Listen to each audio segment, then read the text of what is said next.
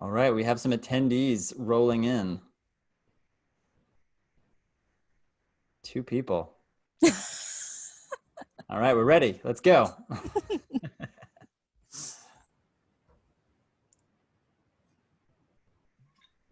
Welcome, new people. Hi, everyone. We're just going to wait a few minutes because I know it takes time for everyone, video and audio to catch up once we start broadcasting. We're flooding in. Hi, Reto.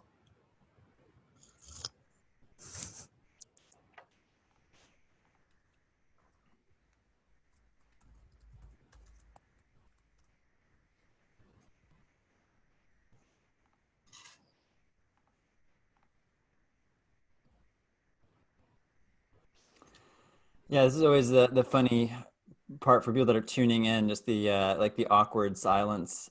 It kind of feels like you're sneaking in on somebody. You have to fill it, Renee. I am. That's what I'm trying to do. Tell us some dad jokes. Oh God. Why was the tomato red? Why? Because it saw the salad dressing. The only dad joke I know. Reto follows, there's a Reddit dad joke subreddit. Oh, okay. You can He get knows more more, than you can me. get more stuff from there. My son is only 2, so his jokes are pretty simple. Yeah. You'll get there. Yeah, he definitely has a sense of humor. He's starting to understand the the rhythm of jokes. Maybe not the logic of Timing. them. Yeah. Yeah. We've got 15 folks here. Do you want to give it until 5 after, or what's the protocol? Maybe we'll just wait one more minute and then we can begin.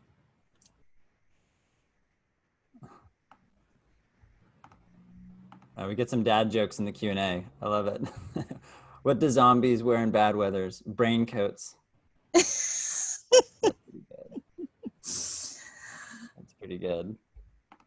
Okay, we answered that live. Done. Feel free to add some more dad jokes. And mom jokes. Why do moms not get to tell jokes? Why Because do we you have to guys be have better stick in the sense of muds? humor, I guess, than dads. Do you know any mom jokes? No. I ain't got time for mom jokes.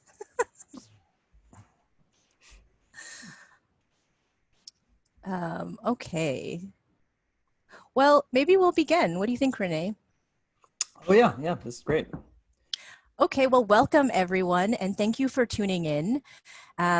We are joined this morning for our third and final MCC-hosted Tech Week event by René Pinnell, who's joining us from Portland, USA, where it's 2 p.m. right now. It's 9 a.m. here in New Zealand. Thank you, René, for making time for us in your busy afternoon. René, of course, is the CEO and founder of Kaleidoscope VR, which is a funding platform for XR creators and a community as well. And that's something that René is going to talk to us more about. Just to give a little bit of background, by the way, I'm Rocky Sayed. I'm sorry I didn't introduce myself. I'm a senior lecturer at Victoria University and an XR creator. And I met René in 2018 when I was invited along with my co-director on my current project, Minimum Mass, Reto Echeverria, to DevLab, which is an event that, one of the many events that Kaleidoscope VR runs throughout the year to support artists. And participating, for me, participating in DevLab was like really one of the definitive things that opened up so many pathways and relationships for getting Minimum Mass to the stage that it is now, which is essentially done. And it was the network of mentors I was introduced to that I still rely on. Like it's really cool to be able to reach out to people like Jake at Riot and other folks who have just so much wisdom and are generous with their time. And through the Kaleidoscope network, you can meet these people and go to them and ask them for advice and help. And they're just like super generous about that. So yeah, I know that today René is going to talk more about the Kaleidoscope platform specifically. And I guess one of the things that I want to say about René is that he has all this technology credibility because of what he's built with Kaleidoscope. But I think that René's primary superpower is really that he has the heart and mindset of an artist, which is why he's been able to build this community of amazing artists from all over the world. So yeah, thank you so much, René. And please tell us more. I will. Thank you for the great introduction, Rocky. And I get something different out of running those events than participants, obviously. But I have to say, from my perspective, the event that we did, the biggest thing I got out of it was a friendship with you. I've so enjoyed watching your project evolve over the last couple of years, and I've really enjoyed getting to know you and Areto, and I love every time we go to the festival circuit and get to see you. So I miss seeing all my friends in person, but particularly you and Areto. So thank you for inviting me and hosting me, and I'm really excited to give this talk. And I just started sharing my presentation. Can you see it?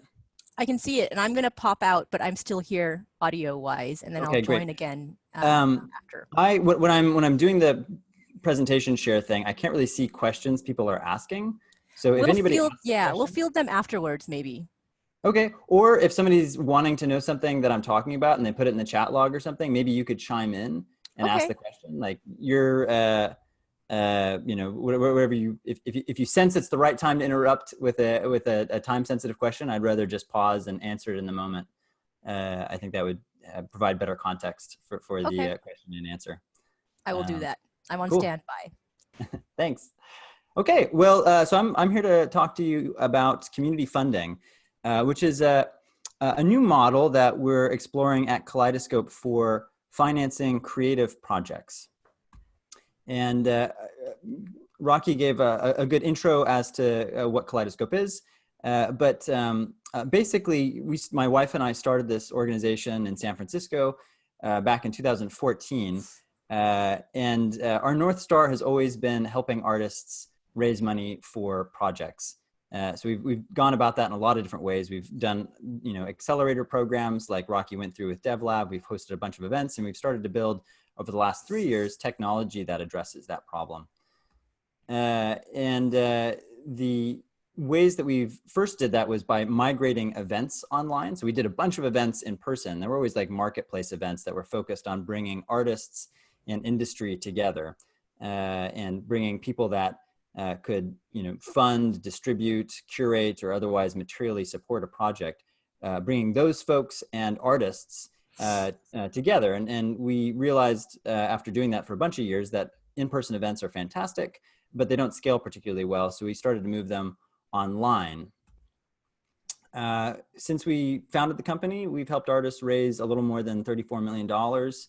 On our platform, we've got these numbers are a little out of date. Got close to like 1,500 projects and a little over 4,000 members. We still consider ourselves in private beta. You have to apply to join the network. So, you know, I think there's many more talented people working in the immersive industry than is represented by our community alone. But part of that is just because we're still sort of a little bit closed down or locked down. But if anybody wants to join, we make it pretty easy, and I'll tell you how to do that later on. These are some of the projects that have come out of Kaleidoscope that I'm particularly proud of. I should put minimum mass up here because they definitely have come out of sort of the primordial soup that makes up the Kaleidoscope community. But Spheres was a really important project, partly because it was one of the first projects that wasn't a game. Not that we have anything against games, but it was a narrative, cinematic piece of VR that raised a good deal of money. At Sundance, we sold it for over $1 million. It was one of the first 7-figure deals, if not the first to come out of Sundance. Battlescar is one of my favorite projects, and super proud to have been involved with that and to help raise the money for it. I think this project it was the first VR film that moved like cinema, but still took advantage of all the unique affordances of VR. But I think it's important to pause and first tell you a little bit more about myself. So I actually come from a family of artists. This is my grandfather. He had a big band in the 40s. This is my mother. She is a jazz singer. She's actually pregnant with me here. That's my uncle, Paul. He is a great saxophonist. He toured with Leonard Cohen for a number of years. This is my grandmother. She just passed away a couple months ago at the ripe age of 102. That's grandma right there. She was a body double actually for Diana Durbin. So that wasn't my grandma originally, but that was my grandma jumping off the boat. This is my great grandfather. He was a vaudevillian acrobat. He performed with people like the Marx Brothers and Bob Hope and Blackstone the Magician. And growing up, we always had art as a part of our daily life. You know, everybody was an artist of some kind. So I got to see the magic and power of art and the importance of art.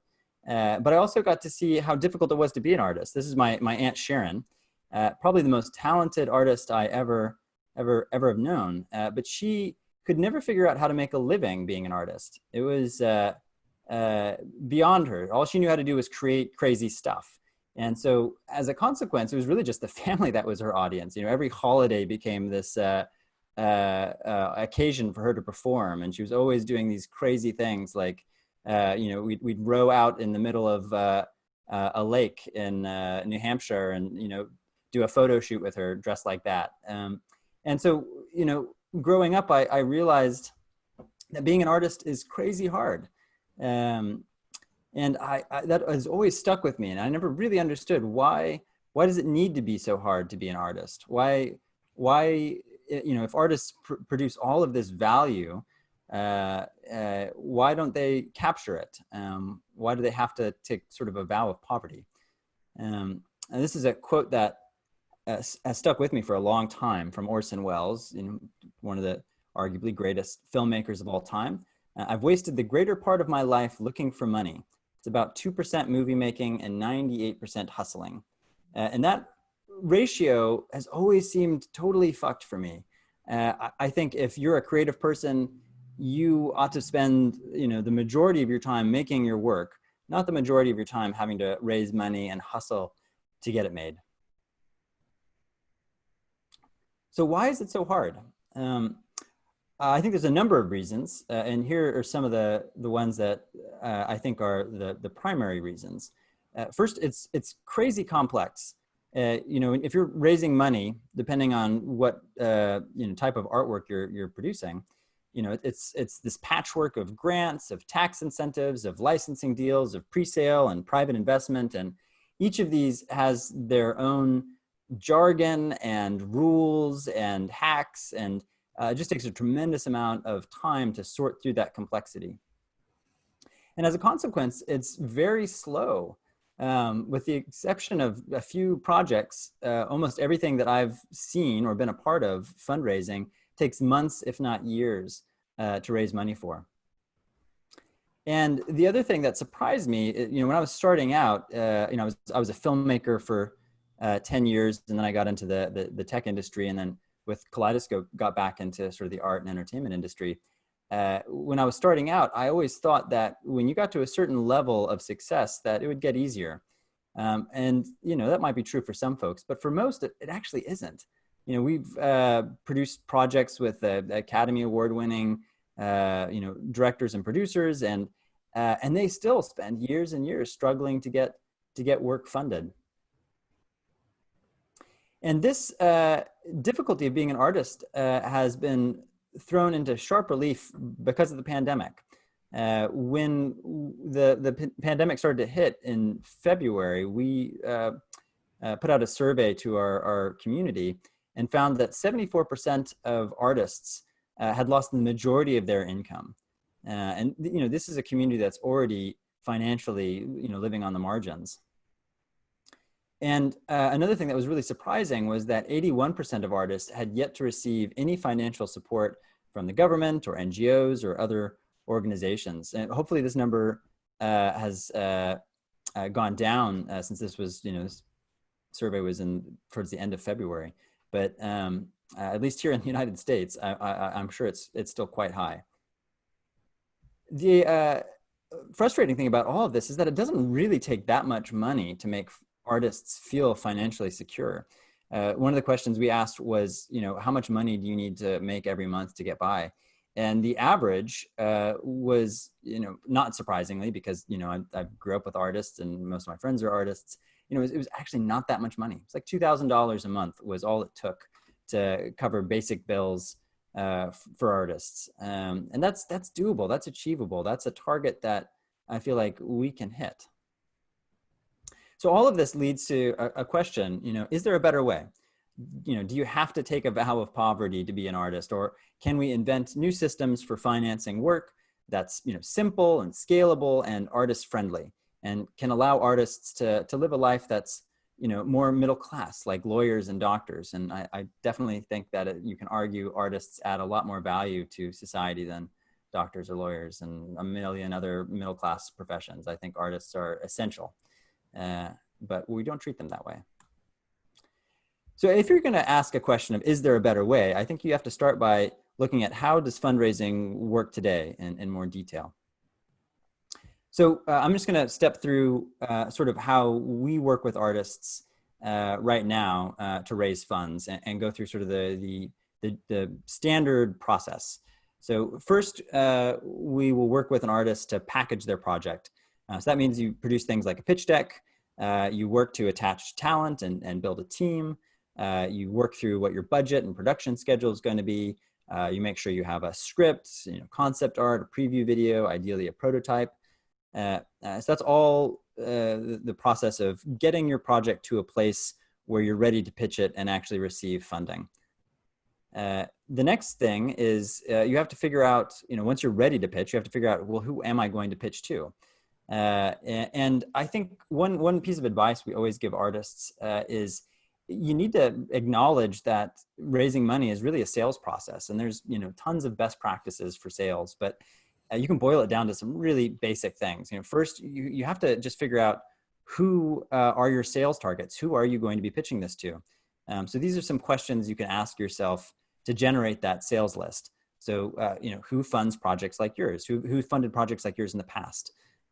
Who might start funding projects? Even if they haven't funded work like yours in the past, perhaps they might be interested because you're leveraging a particular type of technology that they're building.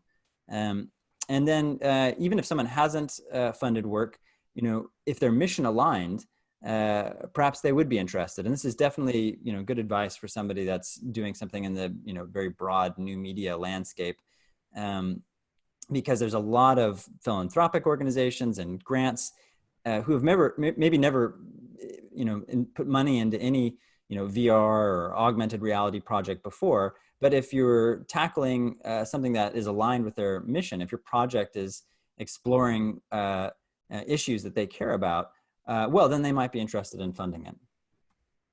Okay, so you got your sales list. You know who you think you should be pitching your project to. Then you actually have to pitch your project. And first you got to figure out how you're going to get in touch with them. So, leverage your current network, ask for warm intros. If that'll get you so far, but then often you need to broaden your network. And that's where events like TechWeek can come in handy. Attend events, whether they're in person or virtual, and build relationships. And then another way to get those connections is to submit to festivals and markets and grants and all of those things. All those will broaden your network and give visibility and momentum to your project, which helps with not only figuring out how to get in touch with the people you ought to pitch, but giving your project the credibility and sense of momentum. You always want to be conveying this sense that your project, the train is leaving the station and that you have to get on board now. And festival deadlines are fantastic for that. As soon as you get into a reputable festival, you can go back to all the people you've pitched to and say, hey, we just got into Sundance.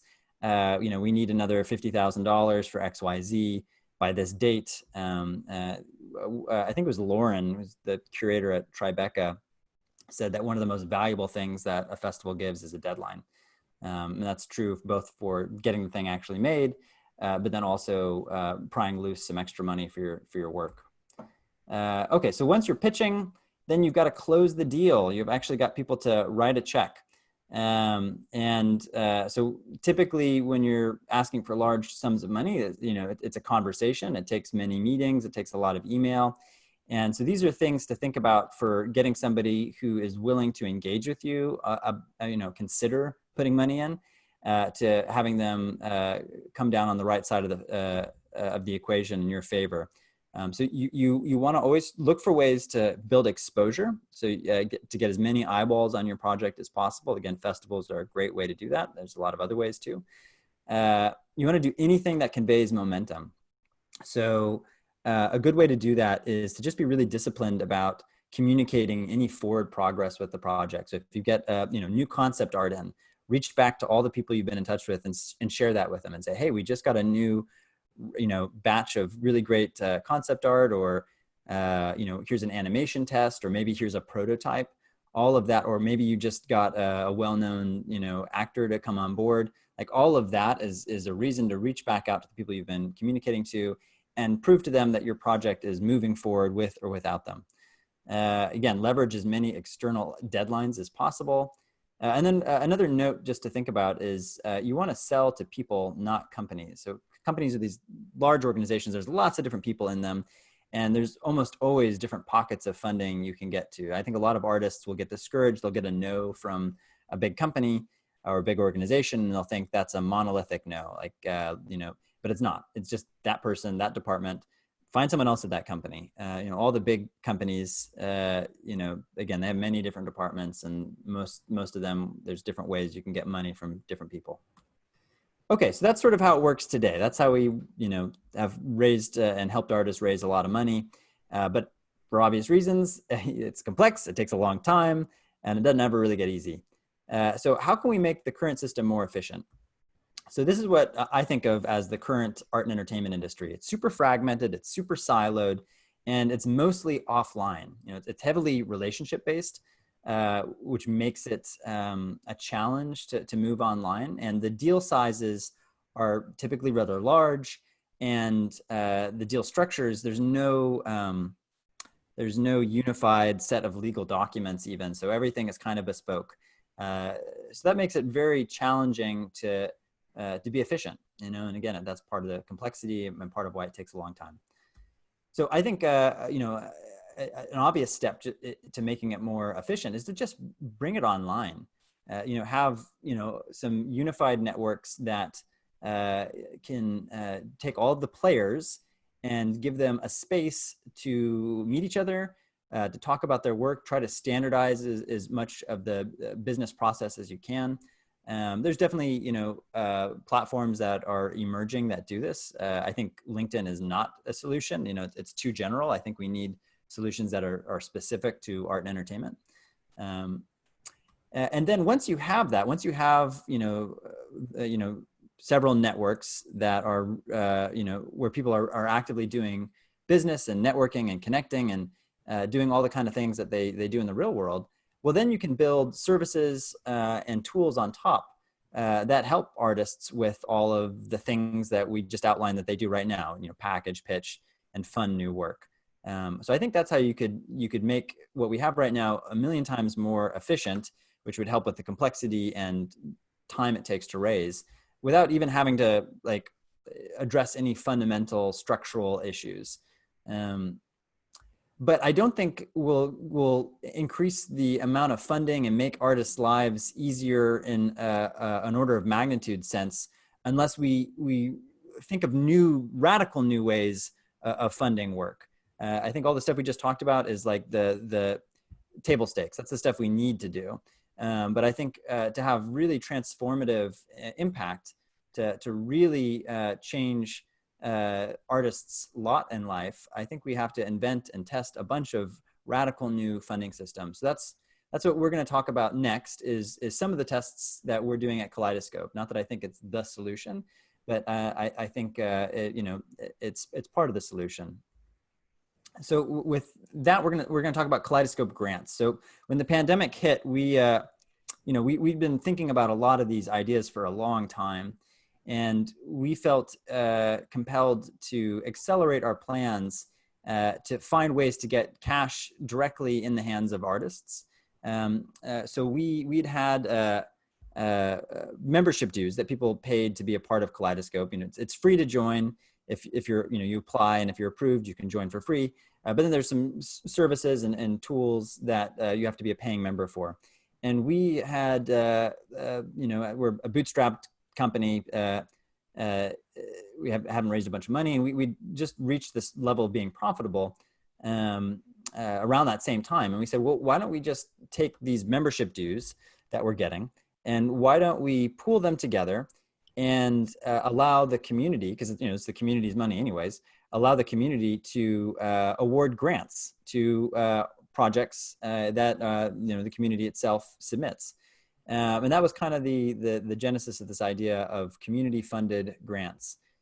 And the way it works is we take our monthly membership dues, we pool them into a variety of different specific artist grants, and then the members in that community submit projects, and then the members vote on those projects and decide which one receives the funding that month or that cycle that the grant is in.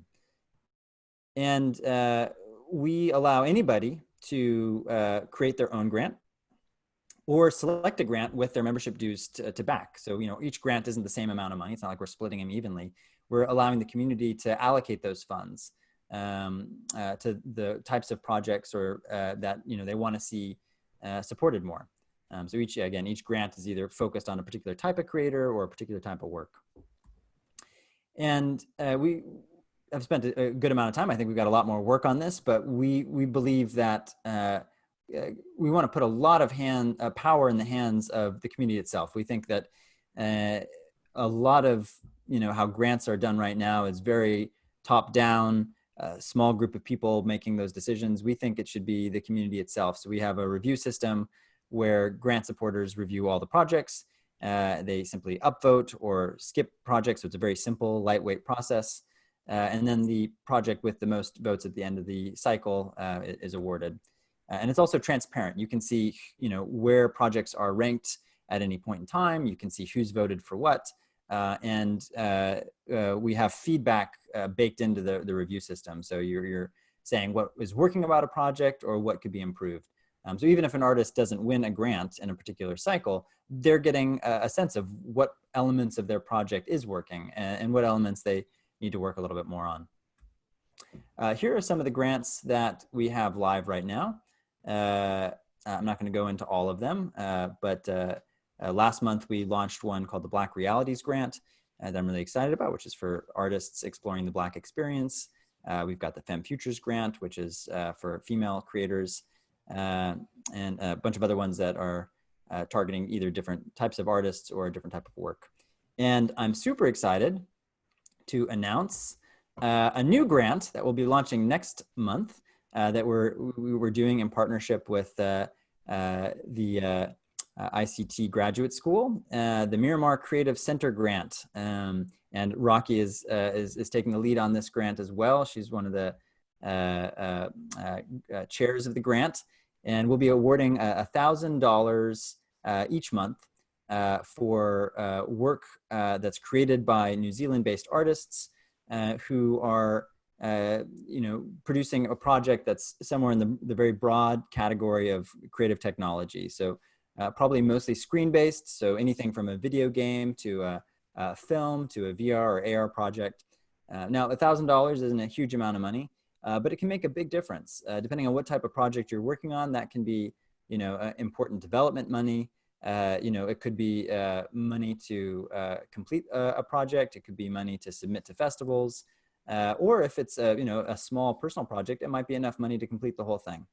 We've seen a lot of really talented artists in the VR world who sort of have all the artistic and technical capabilities housed in their own brain, who can produce amazing work for relatively next to no money. So a little bit of money can be enough to take some time off of work and focus on your project or hire that one person you need. So super thrilled and grateful to be partnering with the ICT Graduate School and the Miramar Creative Centre on this grant. And so if you're watching this and you're from New Zealand, I hope you submit. It'll be live August 1st. Or if you are in the ecosystem of art and entertainment, I'd love to have you support this grant. Again, it's a community supported thing, so we definitely want people in the community to step forward and help back these grants so that monthly award goes up. And that's sort of where we're going to end, is that we want to start small but scale fast. So far, this has been growing pretty well over the last couple of months. We think that by the end of the year, we hope that the amount that we're awarding every month will be closer to the $100,000 mark, not the $10,000 mark that we're currently giving out.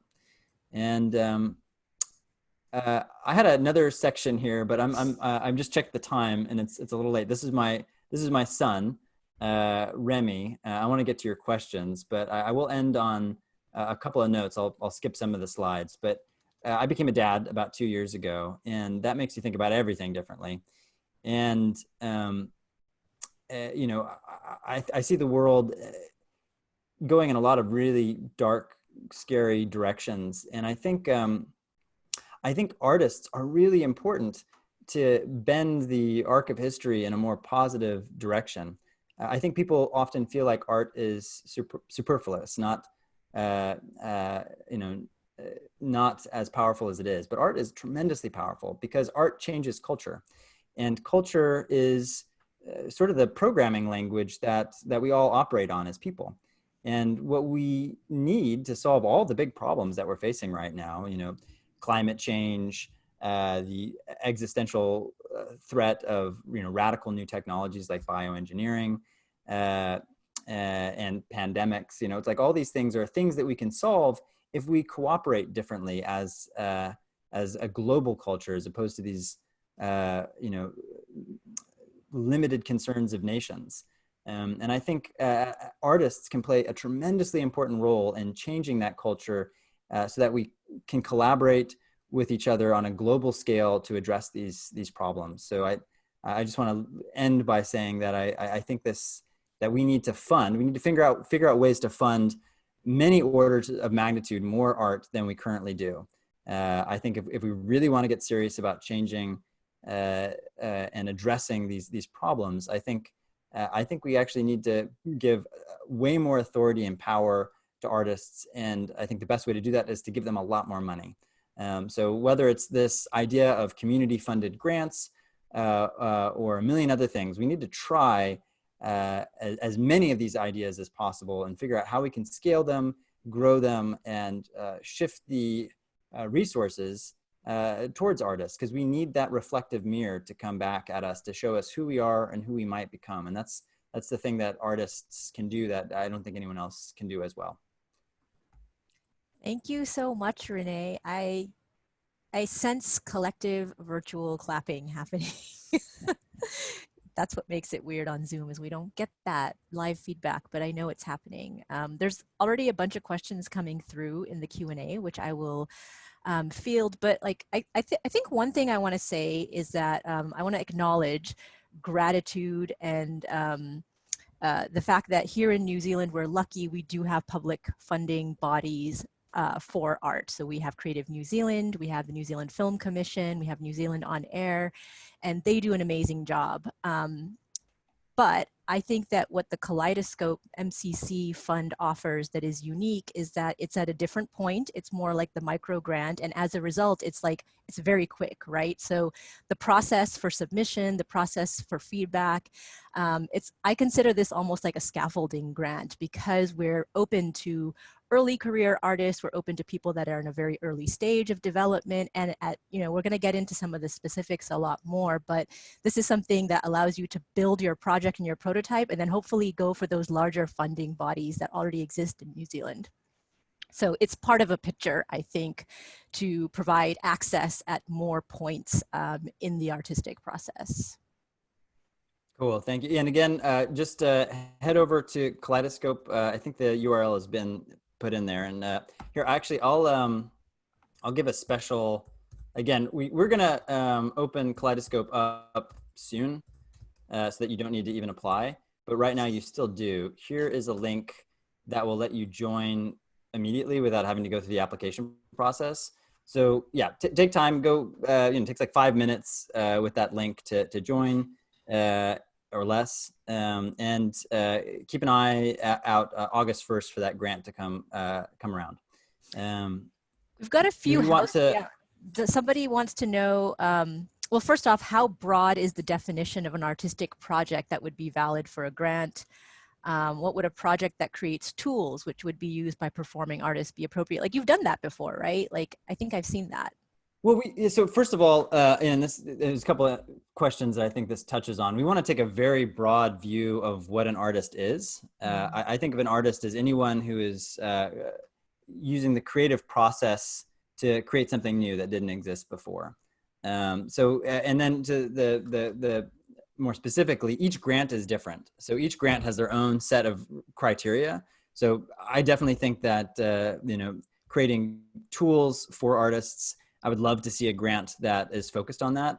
And I know that some of the grants I think are broad enough already to accommodate that. But my hope is that if anybody's listening to this, if there's a grant that you would like to start to specifically address a type of work or a type of artist, we want the community to raise their hands and say, these grants are great, but I don't see any of them that really address my type of work that I want to make. Just email me. We'll throw that in here, and we'd love to partner with you on creating that grant. And we're not going to do this forever, but right now, if there's a grant that we really believe in, we will seed it with some money of our own. If you don't happen to have that money yourself, we're really just looking for people that are first identifying what those areas ought to be, and then would ideally want to take a leadership role. The grants are actually administered by members of the community. They set up their own board of directors, and there's a handful of people that take sort of an administration role in that grant. Anyways, yeah, we got some questions coming in. Should I just tackle them one at a time from the top down, or? Yeah, and I might just add that for the New Zealand, for the MCC grant, like, we're going to be really wide open in terms of, mainly, we want to build our community. Like, we want to do what René has done in other pockets of XR creation. We want to do that for New Zealand and build the community. So we're keeping it as wide open as possible, meaning you just have to be a New Zealand creative. Ideally, working with some form of screen sector technology, but we're really open to what that means for you in your particular discipline. And we're also looking for folks to provide leadership and guidance to us. So if you want to join the board, if you want to help shape the grant in more specific ways, just get in touch. We really welcome that. René, do you want to tackle some of these these other questions? I'll tackle them in the order that they were posted. So okay. Robert asked, you mentioned that you believe artists provide more value than doctors or lawyers or other middle-class professions. I'd love to hear your perspective. I think more was maybe the wrong choice. I think maybe as much. But I will say this, that I do think, two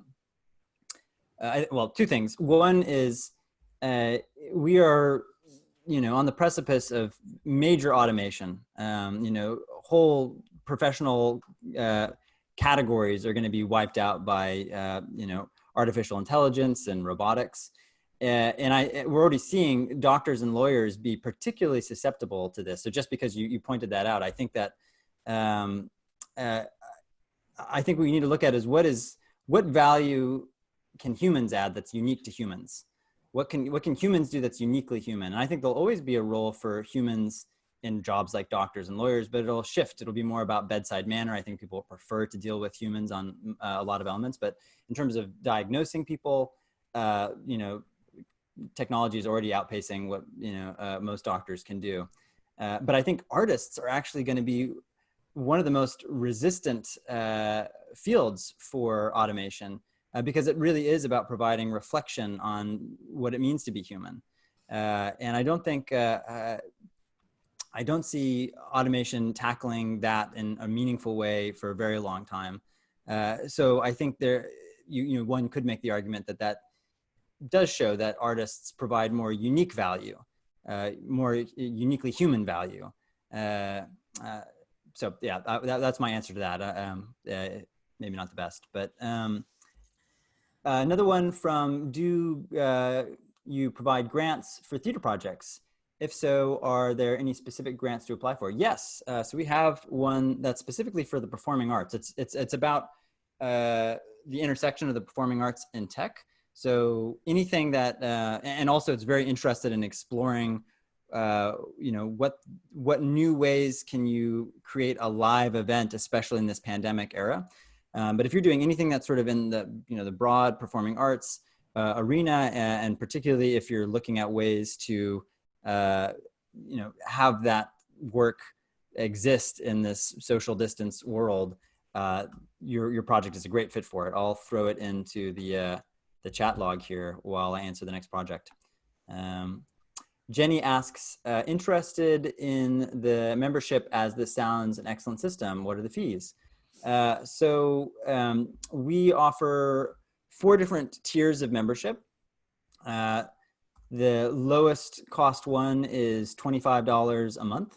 The most expensive one is geared towards organizations, not people, but sometimes, people that are financially well off can afford it. It's $1,000. And there's a bunch of features and benefits that you get at those different membership tiers. We do allow folks to join for free, at least for a limited duration, if they can't afford to join. We don't want funding or money to mean that you can't participate or submit a project. So we do allow people to get a free ally membership, which is our introductory membership, at least for a handful of months. We're still figuring out what the policy needs to be, because we do believe that I'm sick of this sort of idea that artists need to rely on people outside of their own communities. I think it has this weird power structure. So I'm much more interested in having creators fund their own work. But, some folks just, obviously, we know that the numbers that I went over in that survey, it's, some people genuinely can't. So we do allow people to join for free if they need to. But anyways, starts at $25, goes up from there. Sunny asks, and that's US dollars, right? Just because we're here in New Zealand. So sorry, I actually don't know what the conversion is. It's about 1.5 right now. So, it's going to be a little bit more expensive in New Zealand, but just pointing that out to folks. Yeah. Good. And if you do need a free membership, you can't afford it, you got my email in the chat log there. You can email me, and that's our process right now. So you just email me. And if you say, I can't afford it, I believe you. Okay, Sunny says, can you talk a little bit about how you've seen artists navigate the tension between staying true to their creative objective while needing financial partners who might have objectives that aren't necessarily totally in line with that? Yeah, great question. So a couple of things. One, like sort of true, like law of nature is the larger budget your project is, the more sacrifices you will need to make. And that's because you have to broaden the umbrella of support. You have to listen to other people. You become more dependent on other people. So, that's another reason that I'm really interested in small grants, all things being equal. I mean, I wish for instance, if I had, $1 million right now, I would rather give a bunch of micro grants than a handful of small ones, because I see a couple of trends converging in an interesting place. The cost of production has been falling, right? You can have a small team of people produce what it used to take an army of people, even a decade ago. And I think that trend is only going to continue. And then when you require very little money, you get that artistic freedom. And I think that results in more interesting work. So as much as possible, I always, encourage artists to figure out what's the smallest budget possible to get the thing you want made. And sometimes it is big, sometimes you do have to raise a lot of money. Yeah, Rocky had to raise a lot of money for her project because it did cost a lot of money. I don't know if that was a hand raise for that. Oh no, someone was at the door. Oh. But to this point, I have a question. Because I know this changes over time, and what was considered low, mid, and high budget 2 or 3 years ago when we were first starting is maybe different now. Could you speak a little bit to what you think the trends are in terms of low, mid, and high budget for a immersive short project? Yeah. So it definitely has changed. I think, so I can give you some data from Kaleidoscope. So the average budget on Kaleidoscope is $380,000. which is still, that's a lot of money, but it's not a crazy amount of money. That's not to say that every project that has that budget is going to get that money on Kaleidoscope, but it is, the average. I think a way to think about it is most projects of, that are going to provide enough entertainment value or be sort of substantial enough are going to take a small group of people a number of months to make. And so it's sort of, the budget is a factor of like, how big is your team and how many months do you need to work? And I think for most folks, unless you're one of those rare creators that can make your project mostly by yourself, it's going to take, 5 people on average, probably maybe 6 months. And that's, if you're working full time and really dedicated to it, that's going to easily be in the, certainly tens of thousands of dollars, if not hundreds of thousands of dollars. So high budget, and other numbers, a very small minority of projects on Kaleidoscope, and I think this is representative of the general immersive world, are in the $1 to $3 million range. That's kind of like what a big budget VR XR project is. The medium range is more around that $500,000 mark, and then you've got your scrappy independent projects that are sub 100,000. I think there's a bit of a bias if you're trying to pitch to any big player and you see a budget that's under $50,000. I think some people won't take you seriously. I love those projects that are sub $50,000. I'm very interested in that, but often it'll sort of raise an eyebrow just because those bigger funders are used to seeing bigger budgets, and you start to have credibility issues around, well, can you actually get this made? If I'm going to put money into it, I don't want to just put money into it and then do these people really know how hard it is to make this work? But there are less question marks around these types of productions because there's a lot of people that have already, bushwhacked that path for you. So budgets are going down in general. Outside of just sort of the technology side, just sort of, creatively, there's more known. There's just a lot less questions. And when there's a lot of unknowns, things get more expensive because you have to go down a lot of dead ends. And this is where I think reaching out to the community and the network in the early stages of building a budget is important. So, when I see a project and they say, oh, I need 1 week of motion capture and it's going to cost very little, that's a red flag to me because I feel like, okay, have you spent time trying to understand what is actually involved in motion capture in terms of man hours and data management and stage time? So like getting those numbers right early on by reaching out to the right people will help with that credibility aspect of like, do you know the budget that you actually need for what you want to do? Yep. Yeah. And it's all about like having those things be in line because they might have an answer like, yeah, I bought this, I forget what it's called, but they've got like cheap, like, $1,500. I have an iPhone.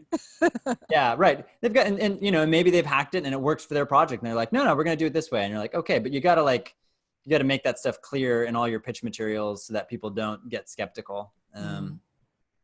Areto, I know this guy, this joker. Does the platform allow artists to discuss the projects amongst themselves? I'm not sure I actually know that so you can message other people. We're not really like there's no like group chat for artists to just discuss amongst themselves. If it's like a team, we're not trying to like build like right now anyways, team software that helps a team work on their project on the platform. It's not really about that. It's much more about putting your projects up there and having people being able to message you and the team that's working on that project and ask questions and engage, and vice versa for you to find collaborators or potential funders and message out. So it's much more about one-to-one and sometimes one-to-many because you can message everybody that's on a team, but that's kind of how messaging works. You're either messaging if I'm like, or messaging teams. If I'm an artist and I'm looking through all the submissions for something and I think there's something that looks really cool or I have some feedback, I can do that directly through the platform, right? Yeah. You can just go on every project, you can say message team, and anybody that's listed as working on the project, it'll start a group thread with you and all those folks so they can answer, whatever questions they might have. Great. I want to be respectful of time. I also want to get these questions. So Rocky, you should tell me when we need to cut off. We're 5 minutes over. Yeah, we did say that we were going to be live for 45 minutes, but Renee, if you're happy to, we could maybe just go to the end of the hour and answer these questions. That's Yeah, 10 more I've got minutes. nothing scheduled after this, so I'm Okay, good. great. We'll go for 10 more minutes. Okay. How important do you think cultivating and maintaining an audience, particularly in the age of social media, outside of your financial partners? And is doing this before applying for funding a good idea? Yeah, I think it's important. How important, I think, depends on what type of funding you're going for. So ironically, if you are trying to raise a lot of money, you're normally going to be talking to a small group of people relatively. And that's all about building relationships with and identifying who those people are.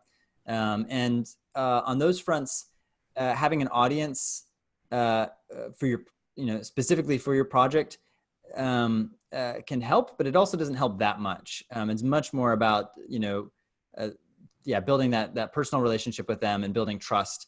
It can help if you have a truly big audience, and that can sort of check a mark for them saying, okay, well, that'll help with promoting and marketing the project. But if normally those audiences are built around people, not projects.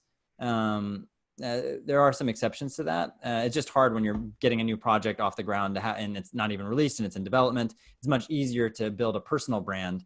So as an artist, I think it is important to try to do that, to have some sign that you can point to externally saying, yeah, look, people like my work. They like the stuff I've done in the past. That can definitely help. But I don't think it's critical if that's the game you're playing. However, if you're working on small budgets, more personal projects, even if you're doing this full time, having an audience becomes critical. Because then whether or not you're, doing something like this community funding thing or doing a traditional crowdfunding thing or a Patreon thing, there's lots of ways to convert that audience on your own into funding for your work. So I do think, unfortunately, I know it's a hassle. I do think it's important, but I generally wouldn't say do it around a project. I would say focus on building your own personal brand as an artist, because that can carry through from project to project much better. Yeah, there's some particular artists that I can think of that we both know in the Kaleidoscope network who have Patreons and YouTube channels, and they treat it like a job, and they have generated massive audiences as a result of it. But they're doing it all the time. Like me, I'm Instagramming once every other week, so I'm not really working that angle. Yep. Yeah, it is a tremendous amount of work, and I think it doesn't play to everyone's strength. And I don't think social media needs to be where you build that audience. I personally have a lot of moral issues with the way that social media is constructed. I think it's not a net positive. There's a lot of good things about it, but I think it's probably a net negative. But start a newsletter. Figure out a medium of communication that does play to your strengths and use that. Maybe you're a writer, or maybe you can only do talks. I only do talks. Writing it doesn't play to my strengths. I like short, succinct, few words that get concepts across. But yeah, having a group of people that care about you is important. Jenny says, I think the concept is great, and I hope it can extend or be emulated for non-tech arts as well. Yeah, so on that front, we are actively moving beyond just tech arts. And Jenny, if you are motivated to, I would love to start a grant on any, category of art, printmaking, ceramics, whatever. It doesn't have to be tech. I think tech art is where we started, and we started specifically with VR and AR is because it's a brand new industry, and brand new industries are open to new ways of doing business. But I think all forms of art are equally valid, and I want to see grants funded and managed by the community supporting every discipline. So please do reach out. And I want to add that, like, even with the traditional plastic arts or fine arts, we're not asking you to compromise the uniqueness of the medium, but oftentimes in order to engage with audience, you need to introduce a digital component, right? And that might be as simple as, like, I need videos, or I need some kind of way to communicate what I'm doing to a larger audience, especially because we're not having IRL events so much anymore. And that to me is a great way potentially to apply for a grant. I also want to point out that encourage non-tech folks to work with tech folks. Like, find a person rather than like changing your skill set and taking time away from the special thing you do. Find a person who does that thing, partner with them, and then apply together and multiply your potential. I want to see more of those kinds of partnerships as well. Definitely. Yeah, I think if you don't come from a tech background, it can be very intimidating, but a lot of tech people don't come from an art background, and blending those two together results in a lot of really interesting things. And that's part of what Kaleidoscope as a network is good for. I think, almost maybe more value is derived from artists meeting other artists and collaborations forming, especially if they're in different countries that have different public funding sectors, because almost all projects that get to a larger budget are co-productions where, you'll bring a little bit of money to the table. Somebody in Canada that has a really robust, public funding sector will bring some money, somebody in France, etc. Yeah, I think that my experience of, like, going, for example, like in 2019 to the XR showcase that you did at Cannes, like that was one of the first major events that I did out of Kaleidoscope. And we as artists, we often go to these events and we're hoping that someone with money, some corporation, some institution is going to shine upon us and, like, give us money. But really what happens is you meet other people at your level, they become your friends, and they lift you up. So it's more of a peer-to-peer networking where the power lies. Yep. And then sometimes the corporate hand of God will reach down, but I think that that's less the case, and that you can really get far with the peer-to-peer networking. Totally agree. Well, and that's very much like the ethos behind this community-funded grant, is that I want to find ways to give that corporate hand of God less power and less authority, because it is fickle and often requires a lot of energy and time to coax and placate. So I think artists lifting up each other is the best model, and then particularly, looking into the future, I think if you can find ways where as a community, if you're supporting an artist through a grant, if you can find ways for that community then to do well, if the projects that are funded do well, then I think that's how you get a flywheel where artists stop being so poor. Even if every artist doesn't get their project funded, if you help back another project that does well, and you have some financial stake in that project, then everybody does well. And that's a way that you can sort of rely less and less and less on people whose opinions and ethics and values you don't necessarily agree with. So we're just about out of time, but René, do you know, like, so there's a Kaleidoscope network that exists on the Telegram platform, which is a chat app. And that's actually, to Becca Weber's question, that's a place where people in the Kaleidoscope network will often throw out ideas. Like, for example, someone recently said, does anyone know a 360 videographer in Berlin, or things like. I have seen people ask really esoteric questions like, do you know a 2D producer in Norway? And someone said, yes, I do. And then, like, they got their problem solved. So is there a way that people can join that Telegram network? Like, what's the easiest thing to do? Yeah, so the Telegram network, I'll put it in the chat log here.